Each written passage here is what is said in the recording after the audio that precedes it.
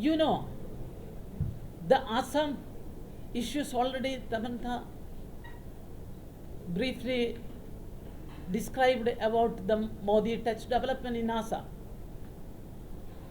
Assam has witnessed progress and development during last 9 years under leadership of Modi ji and its Chief Minister Hemant Biswa Sharma ji. Previously, Assam known as a militancy, violence, other such things. But after Modi ji came to the power, the state achieved all-round progress in last 9 years. Assam facing a serious issue, illegal immigrants. Today we totally stopped illegal immigration. Around 9,000 militants surrender their weapons before the government. Assam is growing, Assam is developing. I request to Assam people, you support Modi ji, you strengthen Modi government. Modi have a dream. India will be superpower within 1 or 2 decades. We need Indian support. Some Rahul Gandhi going to foreign countries is saying Modi is against Muslim, Modi is against Christians. Rahul Gandhi एक दुष्प्रचार चल रहा है, ये झूठ है, ये गलत है.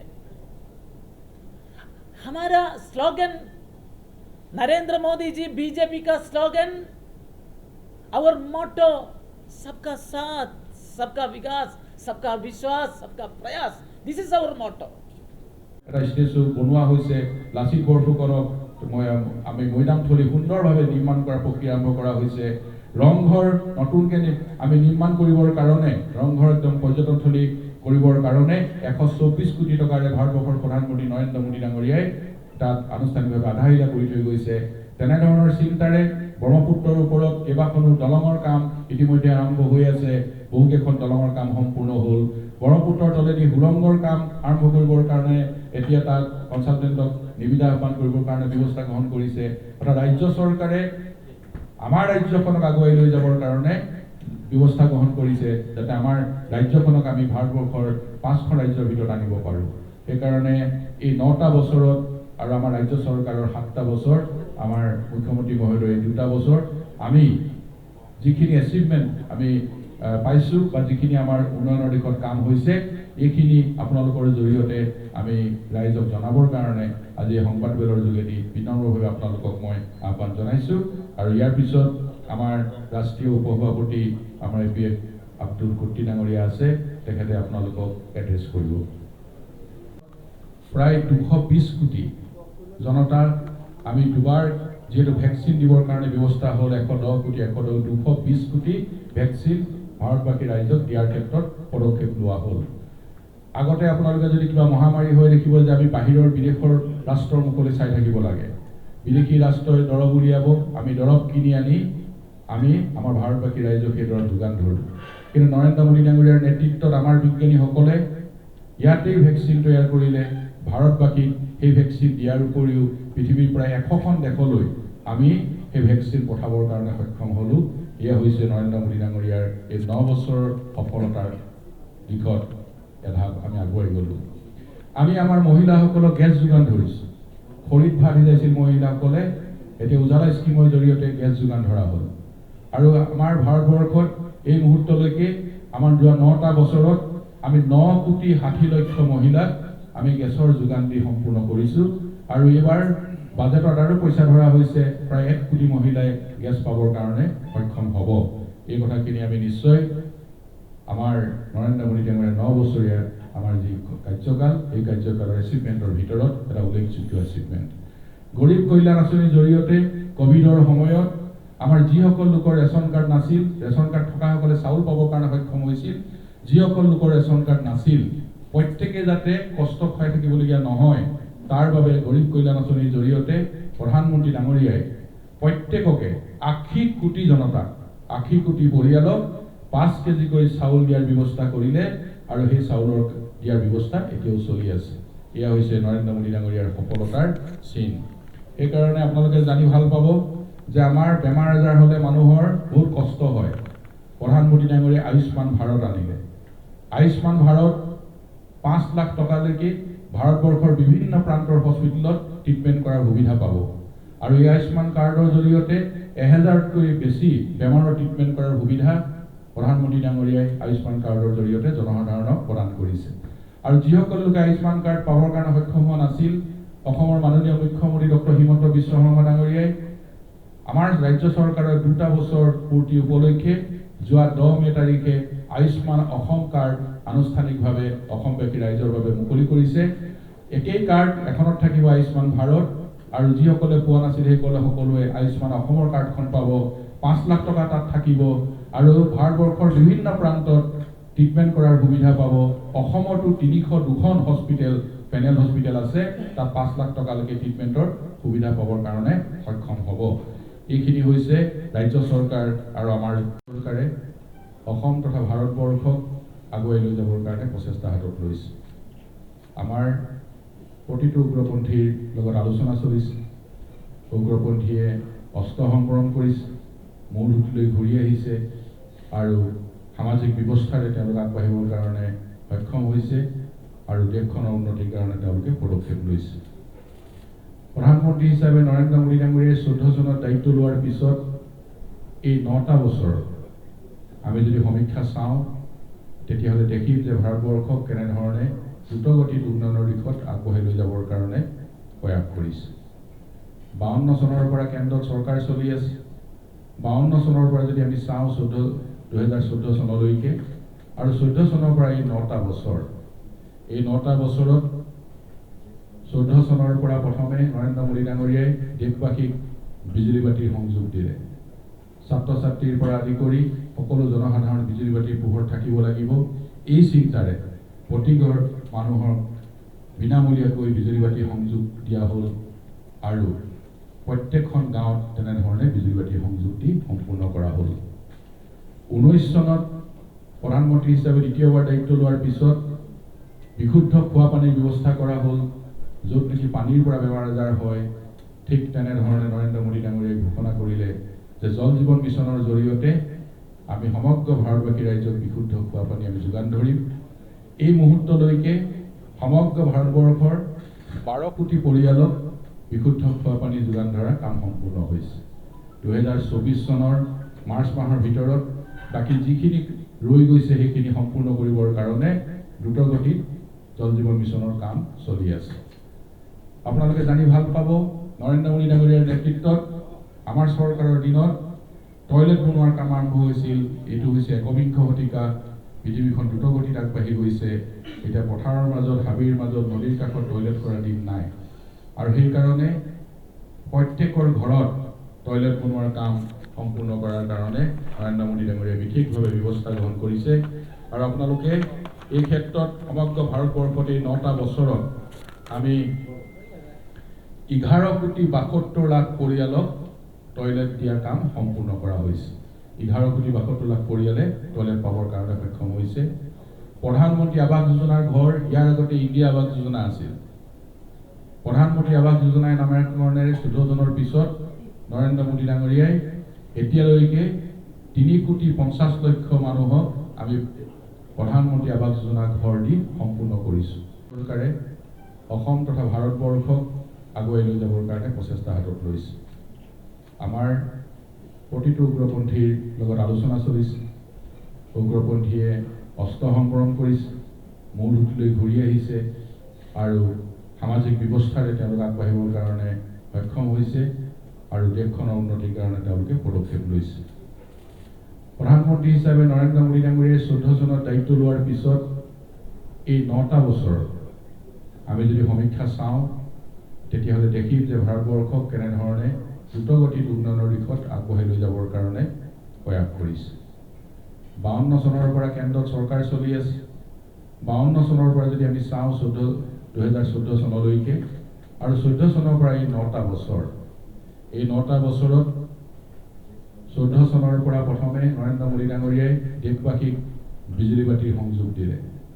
ছাত্ৰ ছাত্ৰীৰ পৰা আদি কৰি সকলো জনসাধাৰণ বিজুলী বাতিৰ পোহৰ থাকিব লাগিব, এই চিন্তাৰে প্ৰতি ঘৰ মানুহৰ বিনামূলীয়াকৈ বিজুলী বাতি সংযোগ দিয়া হ'ল আৰু প্ৰত্যেকখন গাঁৱত তেনেধৰণে বিজুলী বাতি সংযোগ দি সম্পূৰ্ণ কৰা হ'ল। 19 চনত প্ৰধানমন্ত্ৰী হিচাপে দ্বিতীয়বাৰ দায়িত্ব লোৱাৰ পিছত বিশুদ্ধ খোৱা পানীৰ ব্যৱস্থা কৰা হ'ল, য'ত নেকি পানীৰ পৰা বেমাৰ আজাৰ হয়। ঠিক তেনেধৰণে নৰেন্দ্ৰ মোদী ডাঙৰীয়াই ঘোষণা কৰিলে যে জল জীৱন মিছনৰ জৰিয়তে আমি সমগ্ৰ ভাৰতবাসী ৰাইজক বিশুদ্ধ খোৱা পানী আমি যোগান ধৰিম।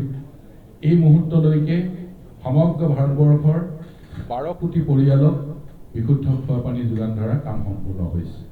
2024 চনৰ মাৰ্চ মাহৰ ভিতৰত বাকী যিখিনি ৰৈ গৈছে সেইখিনি সম্পূৰ্ণ কৰিবৰ কাৰণে দ্ৰুতগতিত জল জীৱন মিছনৰ কাম চলি আছে।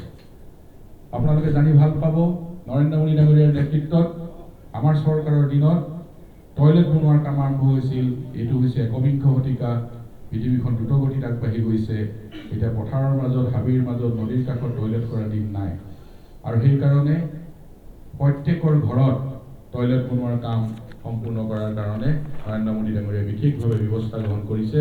আৰু আপোনালোকে এই ক্ষেত্ৰত সমগ্ৰ ভাৰতবৰ্ষত এই 9টা বছৰত আমি 11 কোটি 72 লাখ পৰিয়ালক টয়লেট দিয়াৰ কাম সম্পূৰ্ণ কৰা হৈছে। 11 কোটি 72 লাখ পৰিয়ালে টয়লেট পাবৰ কাৰণে সক্ষম হৈছে। প্ৰধানমন্ত্ৰী আৱাস যোজনাৰ ঘৰ, ইয়াৰ আগতে ইন্দিৰা আৱাস যোজনা আছিল। প্ৰধানমন্ত্ৰী আৱাস যোজনাৰ নামকৰণেৰে 14 জনৰ পিছত নৰেন্দ্ৰ মোদী ডাঙৰীয়াই এতিয়ালৈকে 3 কোটি 50 লক্ষ মানুহক আমি প্ৰধানমন্ত্ৰী আৱাস যোজনা ঘৰ দি সম্পূৰ্ণ কৰিছোঁ। আৰু পইচাৰ লগত সামঞ্জস্য আছে নে নাই? মানুহে সেইটো উলিয়াই দিব পৰা নাই। আগতে মানুহে বিল দি থাকে, মানুহে মূৰত দিয়ে, এতিয়া ডাইৰেক্টলি বিল দিব লগা হৈছে। গতিকে সেই কথাটো ডিফাৰেঞ্চটো উলিয়াই দিব পৰা নাই। আমি বিচাৰি আছোঁ, আমাকো কৈ আছে মানুহে স্মাৰ্ট মিটাৰ হোৱাৰ কাৰণে বহুত হৈছে, য'তে গৈছোঁ। কিন্তু এই ডিফাৰেঞ্চ যিটো আছে, বিল কিমান হৈছে আৰু কনজাম কিমান হৈছে, ইয়াৰ মাজত কি হৈছে সেই ডিফাৰেঞ্চটো উলিয়াই দিবৰ কাৰণে অনুৰোধ কৰিছোঁ। APDCL দায়িত্ব তেওঁলোকেও বুজাই দিব লাগিব যে সেইটো পাব্লিক ইমান নাজানে, টেকনিকেলি পাব্লিকে নাজানে। ইতিমধ্যে APDCLক কোৱা হৈছে, MD-কো কৈছোঁ মই, আমি চবেই কৈছোঁ যে জনসাধাৰণে বুজাই দিব লাগিব, কাৰণ এতিয়া কেছ পইচা দিব লগা হৈছে।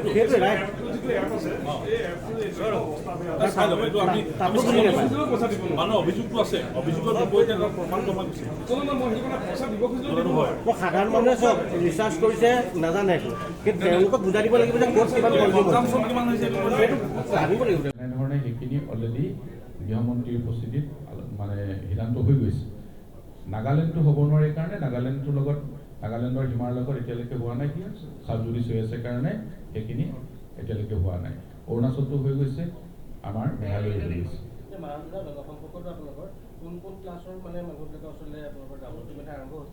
মাহজোৰা আমাৰ জনসম্পৰ্কৰ অভিযানত আমি লোকসভা পৰ্যায়ত 7টা, বিধানসভা পৰ্যায়ত তেনেধৰণে আমাৰ কাৰ্যসূচী দিছে। আৰু এই কাৰ্যসূচী মই আপোনালোকক কৈ দিব বিচাৰিছোঁ যে আজি আমাৰ লোকসভা পৰ্যায়ত এখন প্ৰেছ মিট আছিল, আমি প্ৰেছ মিট আপোনালোকৰ লগত কৰিছোঁ। তাৰ লগে লগে আমাৰ এখন ব্যৱসায় সন্মিলন কৰিব লাগিব আমি লোকসভা পৰ্যায়ত। এই ব্যৱসায় সন্মিলনখন আমি অহা 19 তাৰিখে আমি কৰিবৰ কাৰণে ঠিক কৰিছোঁ সন্ধিয়া। তাৰ লগে লগে আমাৰ ছ'চিয়েল মিডিয়াত যিসকল প্ৰভাৱী লোক, যিসকলে কথা ক'লে মানুহে ফ'ল' কৰে, মানুহে অলপ মানি চলে, তেনেধৰণৰ এখন সভা আমি কৰিম শিৱসাগৰত অহা 15 তাৰিখে। তাৰ লগে লগে আমি বেনিফিচিয়াৰী সন্মিলন প্ৰতিটো বিধানসভাত কৰিবলৈ দিয়া হৈছিল। প্ৰতিটো বিধানসভাত বেনিফিচিয়াৰী সন্মিলন আমাৰ হৈ আছে। আমি জ্যেষ্ঠ কাৰ্যকৰ্তাসকলৰ লগত প্ৰতিটো বিধানসভা সমষ্টিত আমাক মত বিনিময় কৰিবলৈ দিয়া হৈছিল। প্ৰতিটো বিধানসভা সমষ্টিত জ্যেষ্ঠ কাৰ্যকৰ্তাৰ লগত মত বিনিময় চলি আছে। আমাৰ সংযুক্ত মৰ্চাৰ সন্মিলন পাতিবলৈ দিয়া হৈছিল। আমাৰ যিমান মৰ্চা, 8টা মৰ্চা আছে, সংযুক্তভাৱে মৰ্চা সন্মিলন আমাৰ প্ৰতিটো বিধানসভা সমষ্টিত আমাৰ চলি আছে। আমাৰ বিকাশ যাত্ৰা আছে, আমাৰ যিখিনি উল্লেখনীয় কাম চলি আছে, সেই উল্লেখনীয় কামবিলাক আমি বিকাশ যাত্ৰা হিচাপে সেইখিনি চোৱাচিতা আমি কৰিবলৈ যাব লাগিব। সেইখিনি কাম আমাৰ এইকেইদিনৰ ভিতৰতে আমি সম্পূৰ্ণ কৰিম। তাৰ লগে লগে আমাৰ কিছু প্ৰভাৱী ব্যক্তিৰ ঘৰলৈ আমি সম্পৰ্ক কৰিবৰ কাৰণে যাব লাগিব। সেইখিনি আমাৰ কাম চলি আছে আৰু তাতোতকৈ আনন্দৰ কথা যে এখন আমি প্ৰতিটো লোকসভা সমষ্টিত এখন জনসভা কৰিবৰ কাৰণে ৰাষ্ট্ৰীয় সমিতিয়ে আমাক নিৰ্দেশনা দিছিল আৰু সেই জনসভাত অসমৰ দুখন জনসভা ডাঙৰকৈ পাতিবৰ কাৰণে নিৰ্দেশনা দিছে 14টা লোকসভা সমষ্টিৰ ভিতৰত এখন হৈছে নগাঁও আৰু এখন হৈছে যোৰহাট লোকসভা সমষ্টিৰ ভিতৰত আৰু যোৰহাট লোকসভা সমষ্টিৰ ভিতৰত মই যে আপোনালোকৰ জৰিয়তে সকলোকে মই আহ্বান জনাব বিচাৰিছোঁ অনুৰোধ জনাব বিচাৰিছোঁ যে অহা 18 জুন তাৰিখে ভাৰতীয় জনতা পাৰ্টীৰ ৰাষ্ট্ৰীয় সভাপতি JP নাড্ডা ডাঙৰীয়া আৰু অসমৰ মাননীয় মুখ্যমন্ত্ৰী ডক্টৰ হিমন্ত বিশ্ব শৰ্মা ডাঙৰীয়া আৰু ৰাজ্যিক আমাৰ ভাৰতীয় জনতা পাৰ্টী অসম প্ৰদেশৰ ৰাজ্যিক সভাপতি ভৱেশ কলিতা ডাঙৰীয়াৰ উপস্থিতিত আমি দুৰ্লভ গগৈ জকাইচুক উচ্চতৰ মাধ্যমিক বিদ্যালয়ৰ খেলপথাৰত আমি অনুষ্ঠিত কৰিবৰ কাৰণে সিদ্ধান্ত গ্ৰহণ কৰিছোঁ আমাৰ জাজিৰ ওচৰত শিৱসাগৰ জিলাত পৰিব আৰু তালৈ আমি সকলোকে আমি নিমন্ত্ৰণ জনাইছোঁ আৰু সেইদিনা আমি 1টা বজাত আমি সভা আমি আৰম্ভ কৰিম আমাৰ ৰাষ্ট্ৰীয় সভাপতি নাড্ডাজী আহি পাব আমাৰ মাননীয় মুখ্যমন্ত্ৰী মহোদয় আহিব আমাৰ ৰাজ্যিক সভাপতি এটাত উপস্থিত থাকিব আমাৰ সকলো Are you remember? He stating how can poor village people recharge their mobile phone? Thousands of villages there is no electricity connection. Very good question. Mr. Rahul ji, who is the responsible? I can say your parivar, your father, your grandmother, your grandfather ruled us around 6 decades. But 2014 situation, political scenario totally changed. Modi brought development of politics, Vikaswad, which is progressive, inclusive, sustainable development.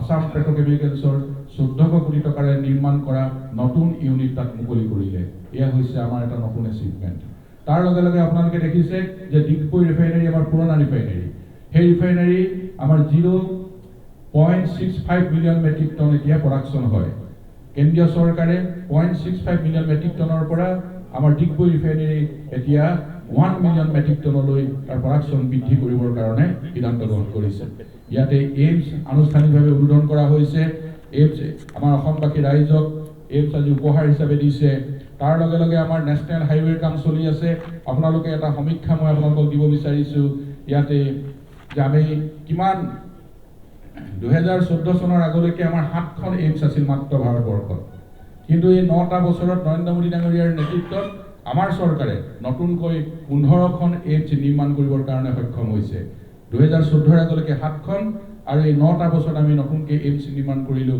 15খন medical college 2014 চনৰ আগলৈকে আমাৰ ইয়াত আছিল 641খন ভাৰতবৰ্ষত আৰু 2014 চনৰ পিছত 9টা বছৰত আমি নতুনকৈ 700খন মেডিকেল কলেজ বনাবৰ কাৰণে সক্ষম হ'লো চৰকাৰে আমাৰ মেডিকেলৰ সিট আমাৰ কিমান থাকে মেডিকেলৰ সিট আছিল 2014 চনৰ আগলৈকে 82,466 আৰু নতুনকৈ মেডিকেল কলেজৰ সিট আমি 9টা বছৰত আমি বহাবলৈ সক্ষম হ'লো 69,666 অতিৰিক্তভাৱে মেডিকেল কলেজৰ সিট বহোৱা হৈছে আমাৰ ছাত্ৰ ছাত্ৰীয়ে এই সুবিধাখিনি পাবৰ কাৰণে সক্ষম হৈছে ইয়াৰ পিছতে আমি নেশ্যনেল হাইৱে কাম আমাৰ চলি আছে আমি সকলোৱে জানো যে 2014 চনৰ আগলৈকে আমাৰ ভাৰতবৰ্ষত নেশ্যনেল হাইৱে সম্পূৰ্ণ হৈছিল 91,287 কিলোমিটাৰ কিন্তু অতিৰিক্তভাৱে 9টা বছৰত NSIDCL যোগেদি হোক নেশ্যনেল হাইৱে যোগেদি হোক আমাৰ ৰাস্তা নিৰ্মাণৰ কাম এই মুহূৰ্তলৈকে সম্পূৰ্ণ হৈছে আৰু চলি আছে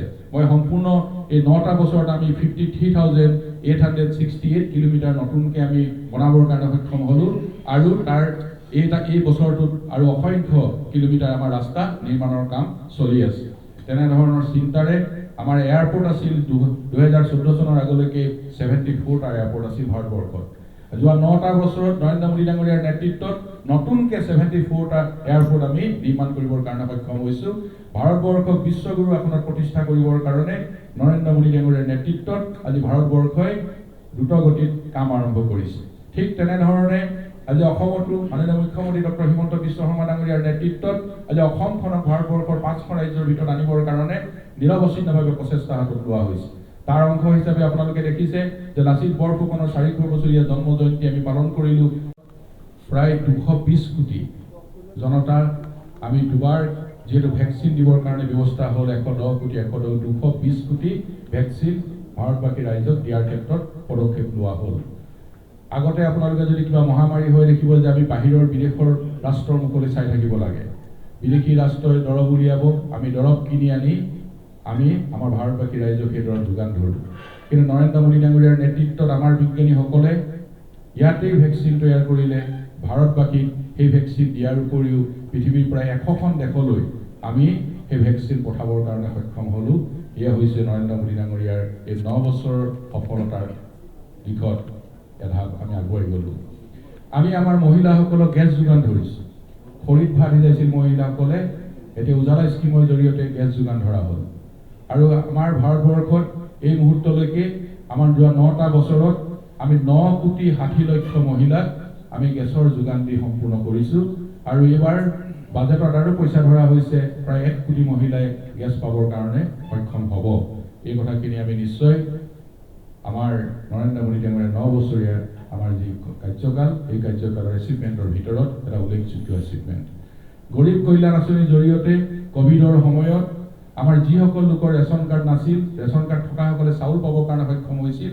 যিসকল লোকৰ ৰেচন কাৰ্ড নাছিল, প্ৰত্যেকে যাতে কষ্ট খাই থাকিবলগীয়া নহয়, তাৰ বাবে গৰীব কল্যাণ আঁচনিৰ জৰিয়তে প্ৰধানমন্ত্ৰী ডাঙৰীয়াই প্ৰত্যেককে 80 কোটি জনতাক, 80 কোটি পৰিয়ালক 5 কেজিকৈ চাউল দিয়াৰ ব্যৱস্থা কৰিলে। আৰু সেই চাউলৰ দিয়াৰ ব্যৱস্থা এতিয়াও চলি আছে। এয়া হৈছে নৰেন্দ্ৰ মোদী ডাঙৰীয়াৰ সফলতাৰ চিন।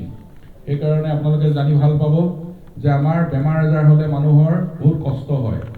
প্ৰধানমন্ত্ৰী ডাঙৰীয়াই আয়ুষ্মান ভাৰত আনিলে। আয়ুষ্মান ভাৰত 5 লাখ টকালৈকে ভাৰতবৰ্ষৰ বিভিন্ন প্ৰান্তৰ হস্পিটেলত ট্ৰিটমেণ্ট কৰাৰ সুবিধা পাব। আৰু এই আয়ুষ্মান কাৰ্ডৰ জৰিয়তে 1000তকৈ বেছি বেমাৰৰ ট্ৰিটমেণ্ট কৰাৰ সুবিধা প্ৰধানমন্ত্ৰী ডাঙৰীয়াই আয়ুষ্মান কাৰ্ডৰ জৰিয়তে জনসাধাৰণক প্ৰদান কৰিছে। আৰু যিসকল লোকে আয়ুষ্মান কাৰ্ড পাবৰ কাৰণে সক্ষম হোৱা নাছিল, অসমৰ মাননীয় মুখ্যমন্ত্ৰী ডক্টৰ হিমন্ত বিশ্ব শৰ্মা ডাঙৰীয়াই আমাৰ ৰাজ্য চৰকাৰৰ 2টা বছৰ পূৰ্তি উপলক্ষে যোৱা 10 মে তাৰিখে আয়ুষ্মান অসম কাৰ্ড আনুষ্ঠানিকভাৱে অসমবাসী ৰাইজৰ বাবে মুকলি কৰিছে। একেই কাৰ্ড এখনত থাকিব আয়ুষ্মান ভাৰত, আৰু যিসকলে পোৱা নাছিল সেইসকলে সকলোৱে আয়ুষ্মান অসমৰ কাৰ্ডখন পাব। 5 লাখ টকা তাত থাকিব আৰু ভাৰতবৰ্ষৰ বিভিন্ন প্ৰান্তত ট্ৰিটমেণ্ট কৰাৰ সুবিধা পাব। অসমতো 302খন হস্পিটেল, পেনেল হস্পিটেল আছে, তাত 5 লাখ টকালৈকে ট্ৰিটমেণ্টৰ সুবিধা পাবৰ কাৰণে সক্ষম হ'ব। এইখিনি আজি সংবাদ মেলযোগে আমি আপোনালোকক আহ্বান জনাইছোঁ। আপোনালোকে জানি ভাল পাব যে উত্তৰ পূৰ্বাঞ্চলত বিকাশৰ ঐতিহাসিক ধাৰা নৰেন্দ্ৰ মোদী ডাঙৰীয়াৰ নেতৃত্বত কেন্দ্ৰীয় চৰকাৰৰ দিনত আৰম্ভ হৈছে। আমাৰ যি উগ্ৰপন্থী কাৰ্যকলাপ আছিল উত্তৰ পূৰ্বাঞ্চলত, সেই উগ্ৰপন্থী